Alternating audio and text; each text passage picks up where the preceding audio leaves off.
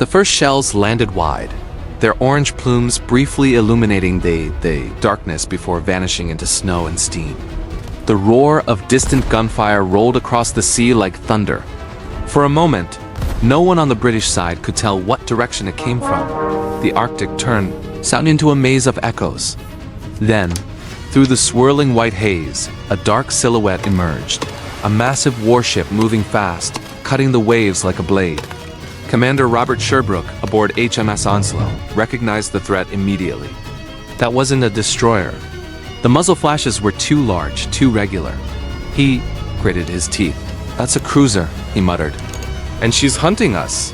The convoy, strung out over several miles, was suddenly exposed.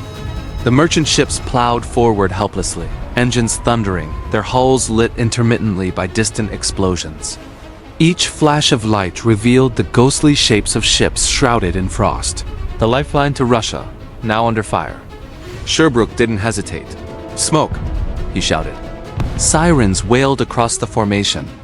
Achates and Obedient veered outward, their smoke generators belching thick gray clouds that quickly merged with the natural fog. The destroyers fanned out like wolves around the herd, ready to intercept the predator. Inside Onslow's bridge, the atmosphere was electric, cold, tight, focused. The radar operator shouted over the din. "Enemy contact bearing 240. Range 12,000 yards. Open fire," Sherbrooke ordered. Onslow's forward guns barked into the storm. The shells vanished into the white, their targets unseen. A heartbeat later, a reply came, a monstrous roar from Admiral Hipper's 8-inch batteries. The first salvo straddled Onslow, towering plumes of water drenching the deck. One shell fragment sliced through the signal mast, showering sparks. The destroyer lurched violently as it turned hard to port. "Keep the convoy between us and them," Sherbrooke commanded. His strategy was clear. Draw the German cruiser's attention away from the merchant ships, even if it meant taking the punishment himself. For the next half hour, the Arctic became a cauldron of chaos. The visibility dropped to barely 100 meters. Ships appeared and vanished in the blizzard like phantoms. Gunnery officers fired blind, guided only by radar echoes and the orange ghosts of muzzle flashes. On Hipper's bridge, Admiral Comet squinted through his binoculars, frustrated. He had expected to find defenseless freighters. Instead, he found an enemy that refused to flee. "Those fools are attacking us," he exclaimed. His gunnery officer nodded grimly. "British destroyers. So they're closing fast." Hipper's forward turrets adjusted elevation and thundered again. One shell hit Achates amidships, tearing open the hull and setting her ablaze. Flames licked upward, casting a flickering glow across the snow. Yet, the crippled ship didn't fall back. Instead, her crew continued laying smoke, the captain shouting through blood and fire. "Keep that screen up! Protect the convoy!" On the other side of the formation, Obedient launched a spread of torpedoes through the storm, hoping to disrupt the German advance. None hit, but the sudden threat forced Hipper to turn away briefly, just long enough for the convoy to slip behind the smoke curtain. Sherbrooke seized the moment. "Reform line ahead! Keep their eyes on us," he yelled. Onslow and Orwell swung around, presenting themselves as the visible targets. The destroyers zigzagged wildly, firing star shells to illuminate the enemy. The scene was surreal. Bright flares burst above the snow clouds, casting everything in a ghostly blue-white glow. Ice crystals shimmered in the light, drifting like ash. For a brief instant, both sides could see each other clearly. Two destroyers, charging straight at a heavy cruiser 4 times their size. Inside Hipper, a young German officer stared in disbelief. "They're mad," he whispered. Comet simply said, "They're British." At 9 o'clock hours, the range closed to less than 5,000 yards. Hipper's next salvo found its mark.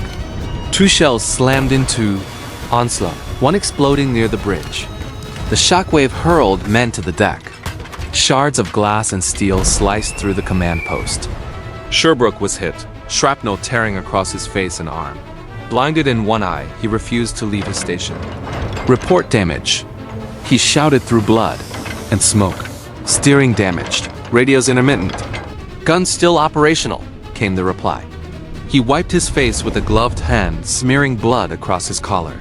"Then we keep fighting." Onslow turned again, guns blazing. closing the distance until her own gunners could almost see the German gun barrels flashing through the mist. Her shells exploded harmlessly off Hipper's armor, but they did something far more important. They made Kametz hesitate. For all his superiority, Kametz was cautious. Hitler's earlier orders, "Do not risk the fleet," echoed in his mind. The last thing he wanted was to lose another capital ship, like Bismarck. And now, with visibility collapsing and destroyers closing from multiple bearings, he feared an ambush. He ordered Hipper to turn away temporarily, regrouping with Lutzow to the south. The German destroyers pressed on, trying to locate the convoy through the blizzard. In the British line, chaos reigned, but courage held. Hecatès was burning badly, her captain mortally wounded, yet the crew refused to abandon ship. They fought the fires with snow and seawater, all while still generating smoke to cover the convoy's retreat. Sherbrooke, half-blind and bleeding, finally relinquished command to his second-in-command. Before being taken below for treatment, he gave one final order: don't let them through, no matter what.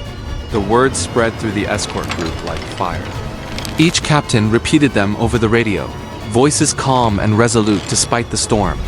By mid-morning, the battle devolved into a dozen scattered duels. German destroyers clashed with British escorts at knife-fighting range, their tracers vanishing into the white void. The Arctic was now a battleground of ghosts, ships fighting blind, guided only by instinct and radar pings. Then, just as the British line seemed ready to collapse, something new appeared on the northern horizon. Faint radar, contacts, larger than destroyers, moving fast toward the sound of battle. Reinforcements were coming. The Germans hadn't noticed them yet, but the Royal Navy had. And for the first time that morning, amid the smoke and snow, a spark of hope flickered through the British ranks.